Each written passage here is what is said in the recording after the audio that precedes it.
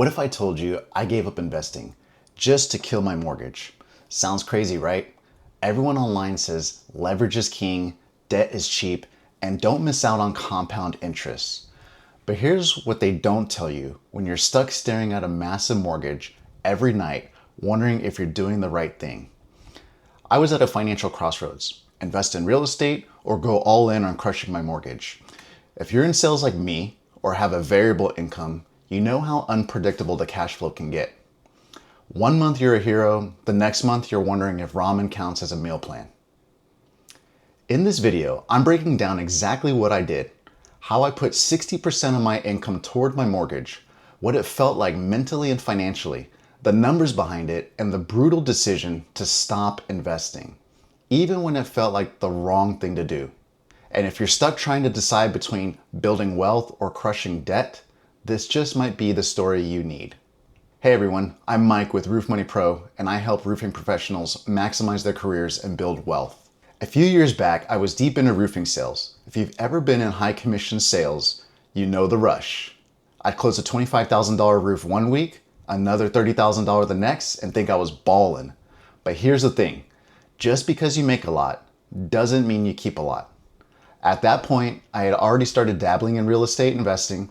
I was soaking up every BiggerPockets podcast, binge reading every investment book I could manage, scouring Realtor.com for deals, and crunching cash on cash returns like a madman. The idea of having passive income was all consuming. I had a mortgage, around $175,000 left on it, and interest rates were still relatively low. So all those smart people told me, keep the mortgage, use your income to buy properties. Let appreciation and renters build your wealth. And for a while, I believed it. But then reality hit me. 1 month, commissions were down. A storm had passed months prior, leads dried up, and deals weren't closing like before. Suddenly, my passive income dreams looked more like a passive fantasy. And here's the kicker. Despite making good money, I didn't feel wealthy. I felt anxious.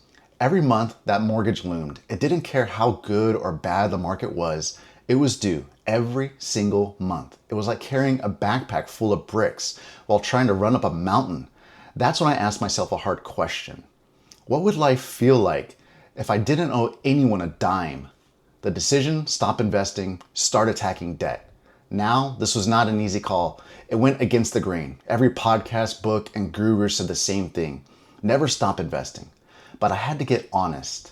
My peace of mind was costing me interest payments, stress, and a constant pressure to perform. So I made the decision. I'm paying off the mortgage, fast, aggressively, like hyper-intense focus mode activated. The plan: 60% of my income every month. At the time, I was making anywhere from $8,000 to $20,000 a month, depending on the time of year and roofing sales. Very up and down, but I committed to one thing. No matter what I made, 60% of it would go straight to the mortgage. I cut expenses, but I didn't go savage like completely stop eating out. I was committed to having all of my daily expenses fit within 25% of my income. I still managed to take several vacations, but that would only come from 5% of my income. I didn't buy a single thing I didn't absolutely need. I was forced to be intentional about every decision. I created a spreadsheet that tracked every penny. And every time I sent a lump sum to the mortgage, it felt like I just closed a six-figure deal. That feeling of progress was addictive.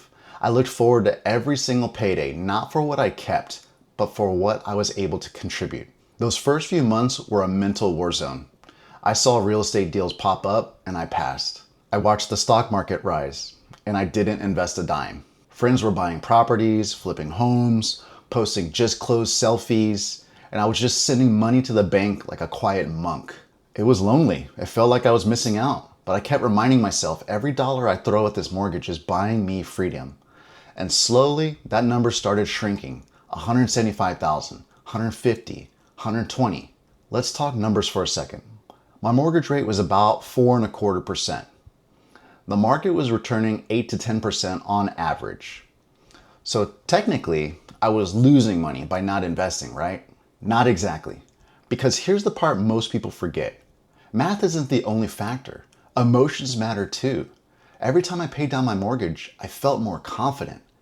Every payment meant less risk.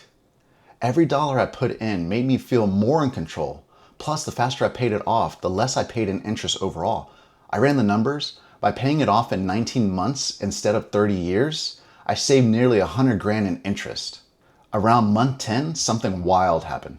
I hit the halfway mark. The balance was under 85,000 and it felt like the mountain wasn't so steep anymore. Momentum kicked in. At that point, I started kicking in anything extra I could. Tax returns, sold old stuff I didn't need, and even used a bit from my savings I had earmarked for future investments, just to throw extra cash at the mortgage. I didn't go overboard on this because I wanted to make sure most of the debt was paid off from active income. I was obsessed, but in a good way. It wasn't about being debt-free just to brag. It was about accomplishing something significant and building something that couldn't be taken away. Month 19, the final payment. I'll never forget this day. I logged into my bank. The balance was down to $22,500. Based on my current plan, I still had about another 3 to 4 months max to go. I had just over double that amount in my savings account. The temptation was too great to wait any longer. I wired in the final payment. Boom. Just like that, I owned my home outright. No payments, no interest, no strings. The silence after that was louder than any party. And the weirdest part, I didn't feel euphoric. I felt calm, just like I could finally breathe. What I gained, more than just math, paying off that mortgage didn't just give me a house. It gave me mental space. It gave me options. It gave me security, especially in a commission-based job. After that, every dollar I made was mine. I could save it, invest it, or even take time off without worrying about bills piling up. And when I finally went back to investing, now with a clean slate, it felt 10 times more powerful because I wasn't building wealth on shaky ground anymore. I had a foundation. So should you stop investing to pay off debt? Here's the honest truth. It depends on what kind of freedom you want. If you're in a stable job with a stable income and you're cool riding the waves of the market, maybe keep investing and chip away at debt slowly. But if you've got high interest debt, a variable income, anxiety that keeps you up at night, or just a craving for real ownership, then maybe, just maybe, it's time to stop listening to the crowd and go all in on your peace. Because financial peace isn't just about net worth. It's about how you feel when the lights go off and the world is quiet. What I do differently and what I wouldn't. Looking back, would I do it again? 100%. Would I tweak anything? Yeah, probably this. I might have left a little in investments, just enough to stay in the game.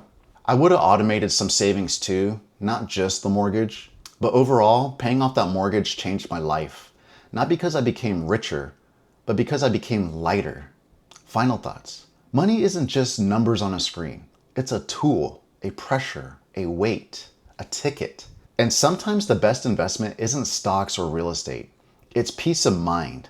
So if you're staring down at a mortgage, drowning in debt, or just tired of the noise, maybe it's time to think differently.